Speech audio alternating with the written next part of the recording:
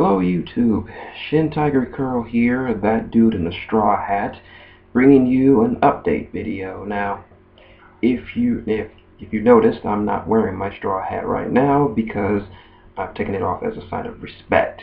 For those of you who don't know, a wrestler named El Hijo del Perro Aguayo. I'm sorry if I'm mispronouncing this. I'm so sorry, but Spanish is not my first language. So his real name was Pedro Aguayo.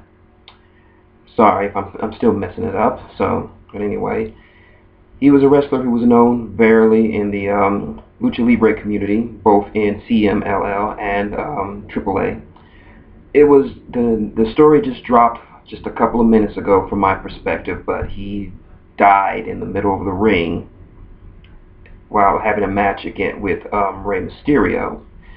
There's actually video of it if you want to watch it and kind of judge for yourself. I'm going to read the article that was posted about it, and I just saw it on my Facebook when I was just checking my stuff, and I saw it on WWE memes, and it just said wrestler El Hijo del Perro Aguayo dies in the ring during a match with Rey Mysterio, and it's got the video posted up.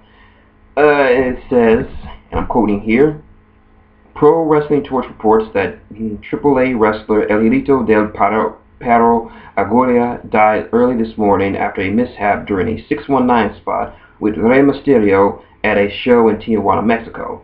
News reports indicate El Hijo took the initial part of the move to the trachea and experienced whiplash.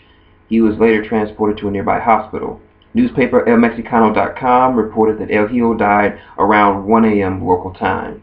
CMLL later confirms the news from their respective Twitter page, with AAA tweeting, "The grief overwhelms our hearts. Rest in peace, El Hijo del Perro Aguayo." This is obviously a terrible thing to happen to anyone, and goes to show the risks that wrestlers truly take every time they step in the ring. Our condolences go out to the family of El Hijo and everyone involved in the match. There are video clips above and below of the incident, and once again, please note that these clips may not be appropriate for everyone as they contain sensitive material. So if you're not wanting to watch the video, it's basically a match between I think someone who was in the suicide costume and El Hijo versus I think Rey Mysterio and Extreme Tiger, aka Tigre Uno. And it shows that Suicide and Hijo were on the ropes for the first part of the move, and Rey goes for the 619. If you're familiar with what the move is, he just bounces off the rope while they're hanging with their upper body hanging from the ropes with their head outside of the ropes. I'm trying to describe it as best I can. And Rey comes along, swings his body between the top and middle ropes, and hits his feet or legs in their face. Now, Suicide takes the spot, but Hijo is just hanging there like he's just resting or something, and you could see Suicide trying to nudge him and see what was wrong with him, and it was pretty obvious that there was something very wrong with him. But Extreme Tiger and Rey Mysterio continued the match while Suicide was trying to see what's wrong with him, and it was clear that he was unconscious or not moving, or God forbid he was already dead. I'm sorry. And the match was going on for another couple of seconds until the fans started realizing that there was something wrong, that he wasn't taking the spots, when he just looked like he was non-responsive. And so they had to call the doctors in, and that's where the video ends. So I assume that they took him to a hospital to get checked out. So there's that, and this is a tragedy on a lot of levels. It's a tragedy for Hijo. From what I've read and heard from my fellows, I don't really follow Mexican wrestling as much as I should or used to, but from what I've understood, he was a very talented in-ring performer, and he was also a legacy wrestler coming from a family of wrestlers. Luchadors typically come from families of wrestlers, it's a tragic on a lot of levels, and it's also tragic that they're trying to blame Ray for what happened to him, when it was clear that if you saw the video, it says that the report says that he took a 619 to the throat and his trachea, and he got whiplash from it. But if you watch the video, you can see that he doesn't take it at all. You typically, to do a 619, you have to like rear your body up so you can take it and then fall backwards. What he did was he didn't take it at all. Ray's legs went completely over his head, missing him. So I don't think there was something. I think I'm only speculating. This story just broke, but we can only say that maybe he had a heart attack, or maybe he landed on the ropes really wrong, because a lot of the, contrary to popular belief, they're not just ropes. Those are solid cables down there. So and I've been in the ring with those cables. They hurt. Just running off of them hurt. So maybe he just landed on it wrong, and that somehow knocked him unconscious or something. I don't know. I'm not saying I know what happened. I'm not even sure what happened, because I didn't see the match, and I can't even begin to speculate. I'm the type of person that I need a lot of facts and figures to understand what exactly happened. So yeah, and it's also a tragedy. They're trying to blame it on Ray when Ray had nothing. It didn't seem like he had nothing to do with it. It's just a freak accident that happened. At least to me, it looks like a freak accident. And you also have to wonder how Ray is dealing with this. I mean, this is probably his first time wrestling since he was let go from the WWE. And in his first match, his first major match back, and one of the people he was working with dies in a match with him. So that's got to make him feel fucked up. So if you pray, don't just pray for the family of the guy who died, but also pray for Ray, because this kind of thing can fuck you up. That kind of thing can fuck you up, and Ray has had enough on his plate.